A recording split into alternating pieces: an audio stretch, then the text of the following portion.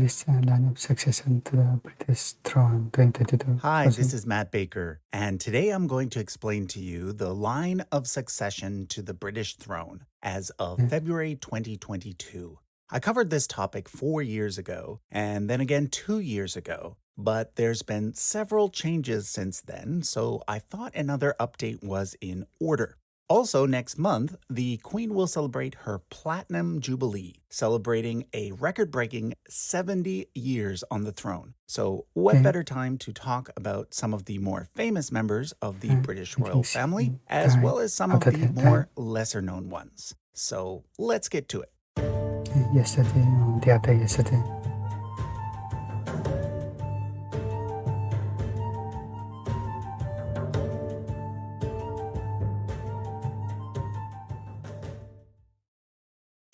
Currently, Queen Elizabeth has 24 direct descendants, 4 children, 8 grandchildren, and 12 great-grandchildren. These 24 individuals are thus the first 24 people in the line of succession. First in line is, of course, her eldest son, Charles. Born in 1948, Charles is also her eldest child. Some people mistakenly think that his sister, Princess Anne, is the eldest child, but she was actually born in 1950, making her the second-born. In the United Kingdom, the first in line to the throne, aka the heir apparent, is usually given the title Prince of Wales. I say usually because, to date, it has only ever been given to a male. For example, prior to becoming monarch, Queen Elizabeth was not the Princess of Wales, even though she was first in line to the throne. In other words, the title Prince of Wales is not a title that someone gets automatically. In the case of Charles, he received it at age 9, 6 years after his mother became queen. However, Prince of Wales is not the only title that Charles holds. The next two most important are the English title, Duke of Cornwall, and the Scottish title, Duke of Rothesay.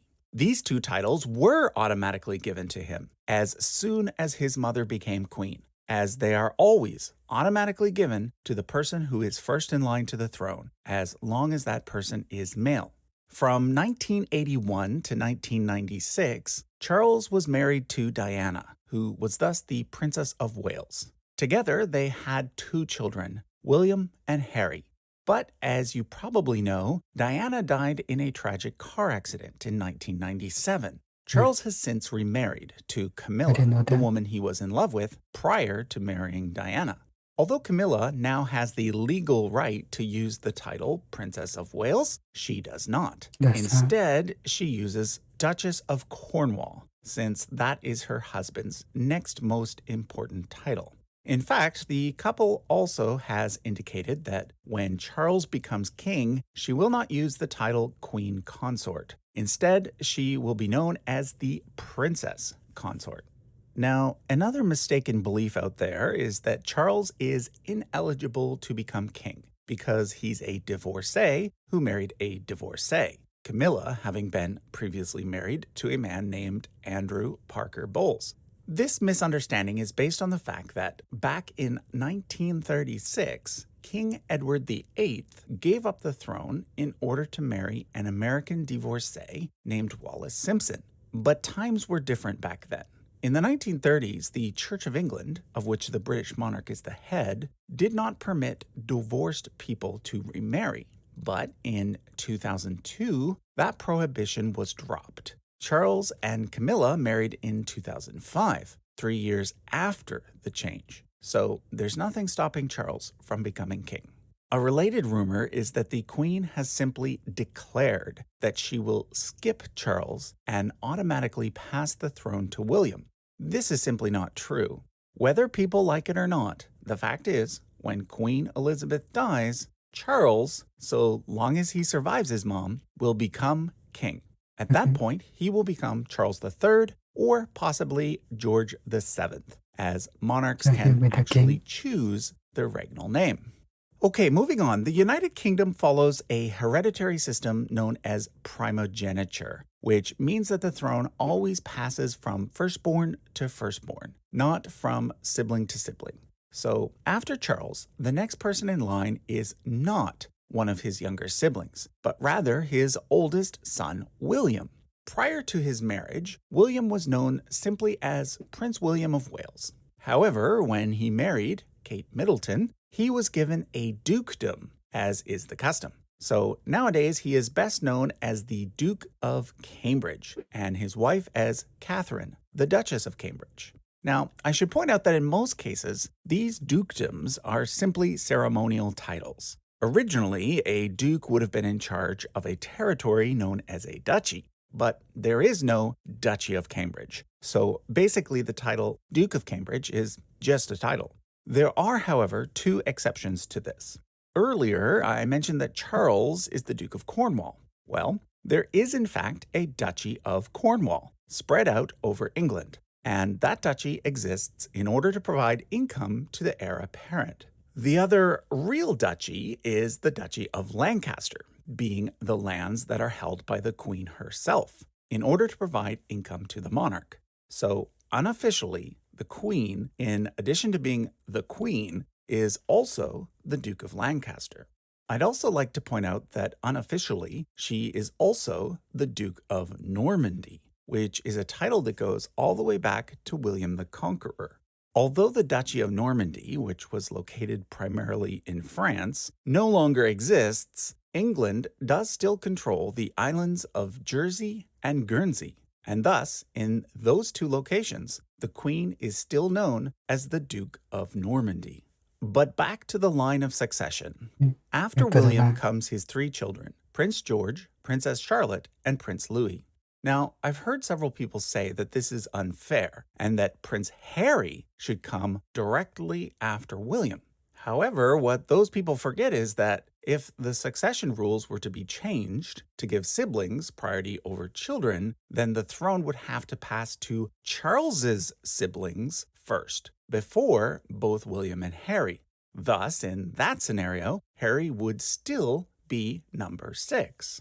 Now, at this point, I do want to point out a change in the succession rules that was made back in the year 2013. Prior to this date, the UK followed what's called male preference primogeniture, which means that sons were given priority over daughters. So under this system, Louis would have come before his older sister Charlotte. But since 2013, the UK follows absolute primogeniture, which means that the line of succession now simply follows birth order. Okay, so after William and Kate's children comes Prince Harry at number 6, whose formal name is actually Prince Henry, Harry simply being a nickname. He, as you probably know, married the American actress Meghan Markle in 2018. At that time, they were given the titles Duke and Duchess of Sussex. Since then, they have had 2 children, Archie and Lilibet, who are currently numbers 7 and 8 in the line of succession. Now, at this point, I want to explain the terms prince and princess. Generally speaking, in the UK, this designation is only given to the children of the monarch, as well as the male line grandchildren. So, for example, the Queen's son Charles is, of course, a prince, along with the Queen's 2 grandchildren through him, William and Harry, since they are in the male line. However, although the Queen's daughter Anne is a princess, her 2 children are not prince and princess because they are not in the male line. So take note that on this chart, anyone who is a prince or princess has a special crown symbol next to their number. Which brings me back to William and Harry's children. In 2012, prior to any of these 5 children being born, and prior even to Harry meeting Meghan, the Queen decided that any and all children born to William would receive princely titles, being that they would be in the direct line of succession. So only in this one exception would any of the monarch's great-grandchildren get to be a prince or princess. Now, this created a bit of a controversy once Harry had children, because his children were not given the titles of prince and princess. However, I should point out that once Charles becomes king, they will, legally speaking, automatically become prince and princess. as the เทพ male พี่น้อง line ว่าที่เดิม grandchildren of the king. Now, ใช่ไหม whether or ไหม not they will actually use those titles is yet to be seen, because as of right now, Harry and Meghan have stated that they wish for their children to grow up as private citizens, not as royals. This is because back in 2020, Harry and Meghan decided to step down from their royal roles, due in part to the strain that the media's racist treatment toward Meghan was having on their mental health. Meghan is mixed race, having a black mother and a white father. However, a lot of people have misunderstood what Harry and Meghan's so-called departure from the royal family actually means. For one thing, it does not mean that Harry or his children have been removed from the line of succession. They are, in fact, still numbers 6, 7, and 8. And Harry and Meghan are still a duke and duchess, as well as a prince and princess. Harry is a prince by right of birth, and Meghan is a princess by right of marriage, just like Kate. The only real change is that they are no longer working members of the royal family. This means that they no longer represent the queen in any official capacity. They no longer have any royal patronages. Harry no longer holds any honorary military appointments, and both of them no longer use the terms His or Her Royal Highness.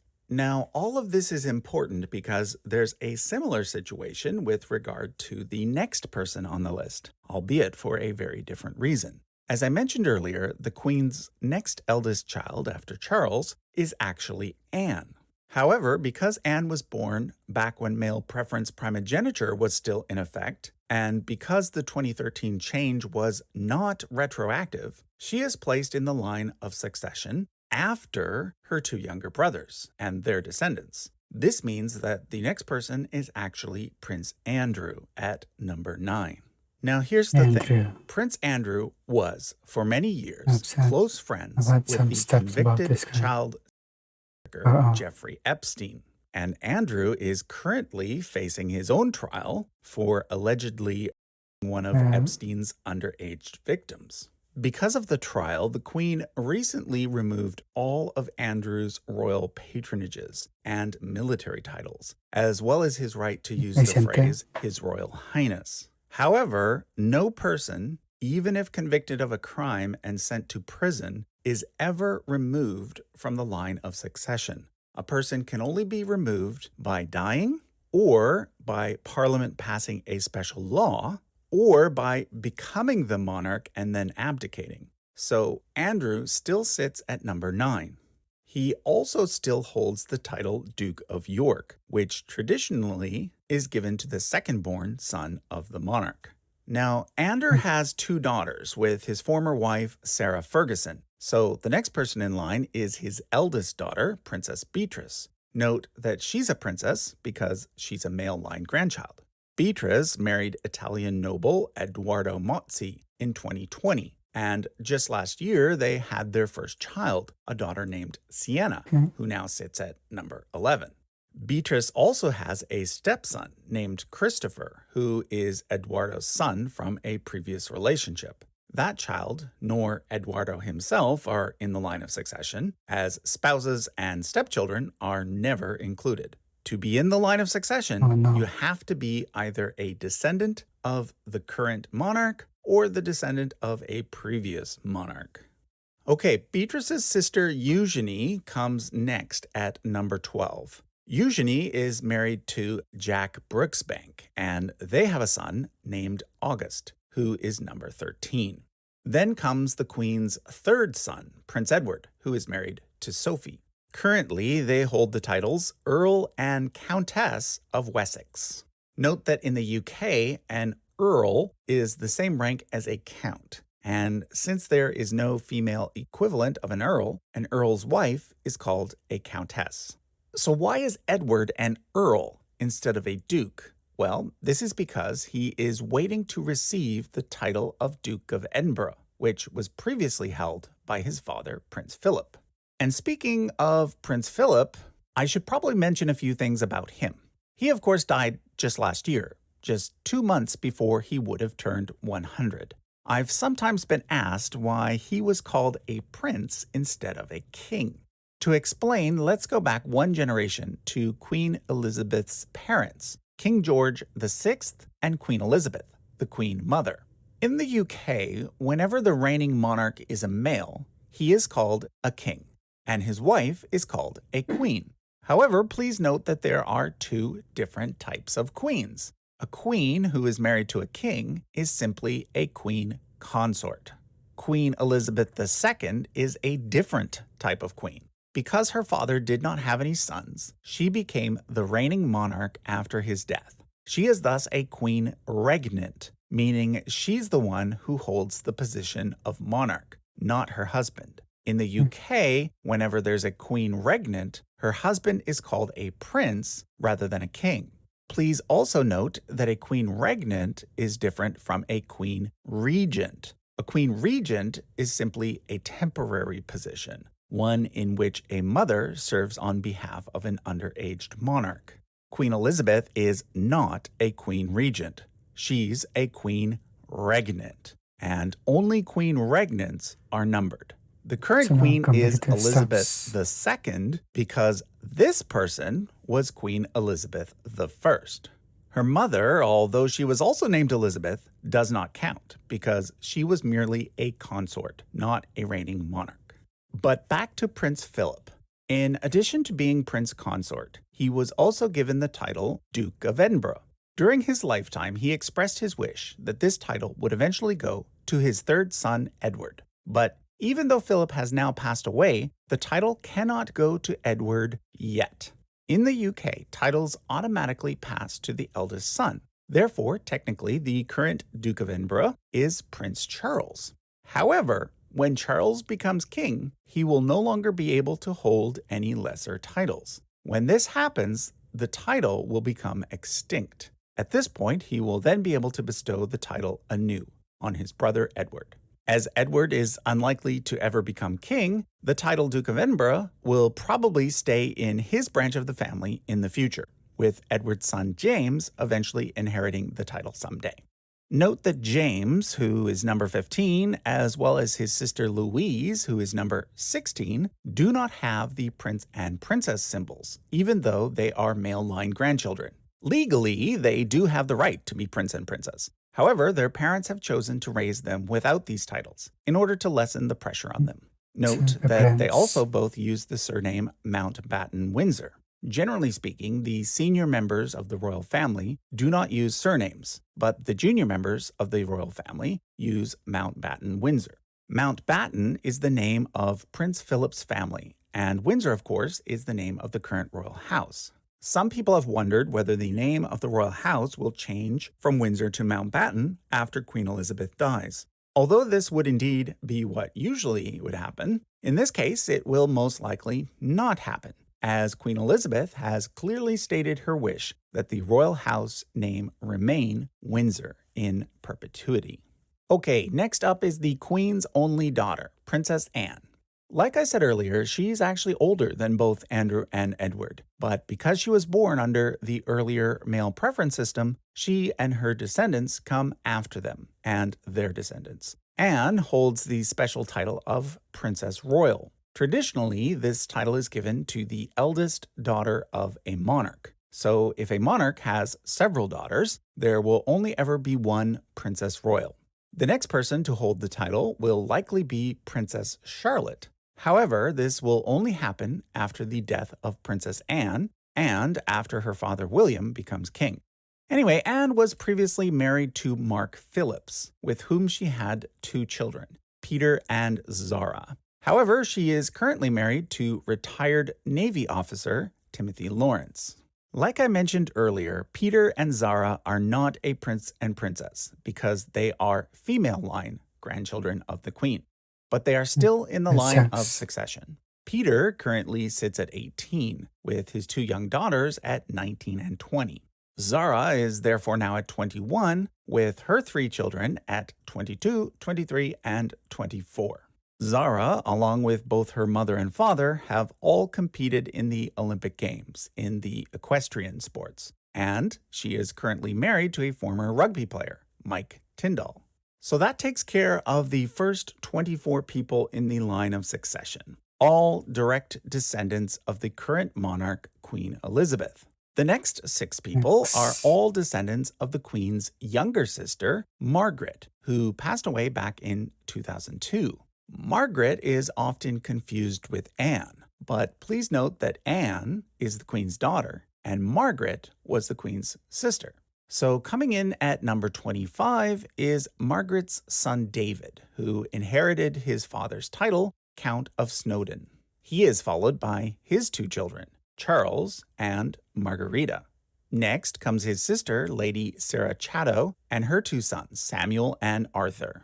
That takes care of all the living descendants of King George VI.